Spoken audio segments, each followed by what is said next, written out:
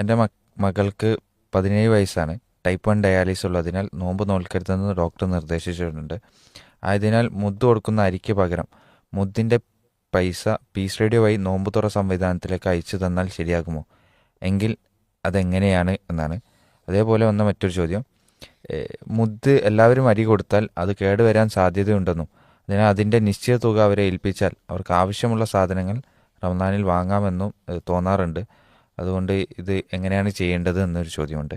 സമാനമായ മറ്റു ചോദ്യം, വയസ്സായ ഒരാൾക്ക് മുദ്ദിൻ്റെ അരി ഭക്ഷണമായി തന്നെ കൊടുക്കേണ്ടതുണ്ടോ, അതല്ല കൊടുക്കേണ്ട അരിയുടെ ക്യാഷ് കൊടുത്താൽ മതിയോ എന്നുള്ളത്.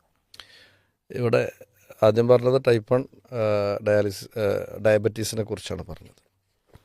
ഒരിക്കലും അത് മാറുകയില്ല എന്നും നോമ്പൊഴിവാക്കേണ്ട അവസ്ഥയുണ്ട് എന്ന് ഡോക്ടർമാർ ആ നിലക്ക് തന്നെ നിർദ്ദേശിച്ചിട്ടുണ്ട് എങ്കിൽ നോമ്പൊഴിവാക്കാം, വിരോധമില്ല.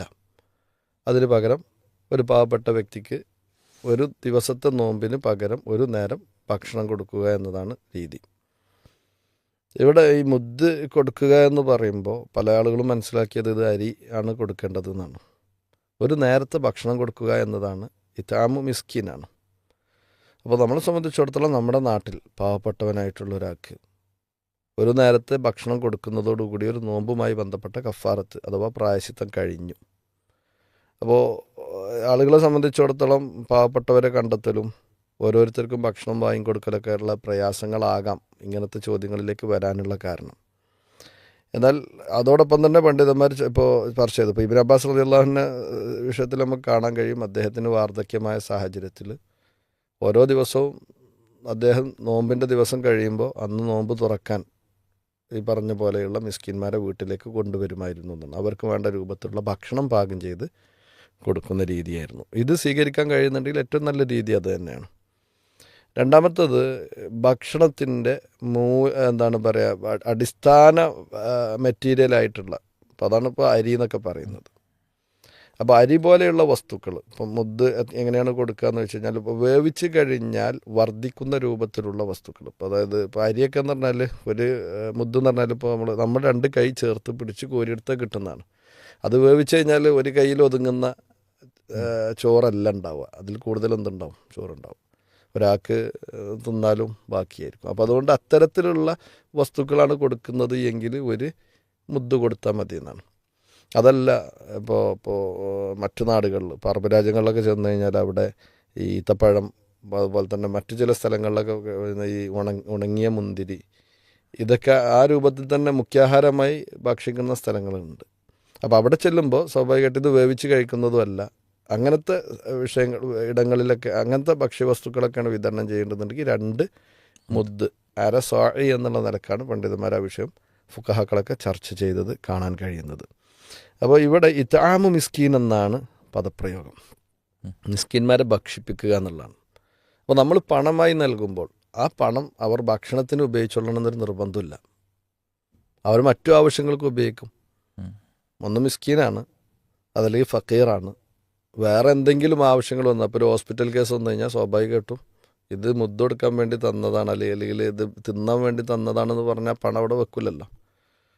ചില കുട്ടികൾ ചിലപ്പോൾ എന്താണ് പെരുന്നാളൊക്കെയാണ് വരാൻ പോകുന്നത്, അപ്പോൾ ഞങ്ങൾക്ക് നല്ല ഡ്രസ്സ് വേണമെന്ന് പറഞ്ഞ് ആ നിലക്ക് വാശി പിടിച്ച് കഴിഞ്ഞാൽ ഇത് നമുക്ക് ബിരിയാണി ഉണ്ടാക്കാൻ തന്ന അരി അല്ല കാശാണെന്ന് പറഞ്ഞിട്ട് എന്താവില്ല. രക്ഷിതാക്കളെ സംബന്ധിച്ചിടത്തോളം സമ്മർദ്ദത്തിലായി കഴിഞ്ഞാലും എന്താവും. അപ്പോൾ അതുകൊണ്ട് എന്താണോ ശരീഅത്ത് ഉദ്ദേശിച്ചത് നടക്കില്ല. അപ്പോൾ അതുകൊണ്ട് തന്നെ ഈ ക്യാഷ് കൊടുക്കുക എന്ന് പറയുന്ന രീതി ഇല്ല. പിന്നെ അരി കേടുവന്ന് പോകുക എന്ന് പറയുന്നത് ഏതെങ്കിലും മോശം അരികളൊക്കെ വാങ്ങിക്കൊടുക്കുമ്പോഴാണ് ആ പ്രശ്നമുള്ളത്. നല്ല അരി, നമ്മൾ ഏത് അരിയാണോ ഭക്ഷണമായി കൊണ്ട് ഉപയോഗിക്കുന്നത് ആ അരി അവർക്ക് എന്തൊക്കെ ഭക്ഷണത്തിന് വേണ്ടി അതിനുവേണ്ടി നല്ല മുന്തിയ അരി തന്നെ വാങ്ങിക്കൊടുത്താൽ മതി. ഇന്ന പ്രശ്നം കഴിഞ്ഞു. പെട്ടെന്ന് കേട് വരുന്ന രൂപത്തിലുള്ള പഴകിയ അരി വാങ്ങുന്നതിന് പകരം അരിയായിട്ട് കൊടുക്കുന്ന ആളുകളെ സംബന്ധിച്ചിടത്തോളം നല്ല അരി വാങ്ങിക്കൊടുക്കുക. മാത്രമല്ല പറ്റുമെങ്കിൽ അവർക്ക് അതിൻ്റെ കൂടെ എന്തെങ്കിലും എക്സ്ട്രാ ആഡ് ചെയ്യാൻ പറ്റുന്നുണ്ടെങ്കിൽ അത് ആഡ് ചെയ്യേണ്ടത് നല്ലതാണ്. കാരണം ഒരു ഭക്ഷണം ഉണ്ടാക്കുമ്പോൾ അതിൻ്റെ കൂടെ ഇപ്പോൾ സൈഡായിട്ടുണ്ടാകുന്ന ചില കാര്യങ്ങളൊക്കെ ഉണ്ടാവുമല്ലോ. അപ്പോൾ അതിന് വേണ്ട സംവിധാനങ്ങളും ചെയ്തു കൊടുത്താൽ നല്ലത്. എന്നാൽ ഇത് മാത്രം കൊടുത്താൽ തന്നെ വീടുന്നതാണ് എന്നതാണ് മനസ്സിലാക്കേണ്ടത്. ഇപ്പോൾ നമ്മുടെ നാട്ടിൽ ശ്രദ്ധയിൽപ്പെട്ടിട്ടില്ല, എന്നാലും ഇപ്പോൾ ഇന്ത്യയിലെ തന്നെ മറ്റു ഇടങ്ങളിലൊക്കെ ചെന്ന് കഴിഞ്ഞാൽ ഈ പാവപ്പെട്ട ആളുകൾക്ക് ഫ്രീ ആയി ഭക്ഷണം കൊടുക്കുന്ന ഹോട്ടലുകളുണ്ട്.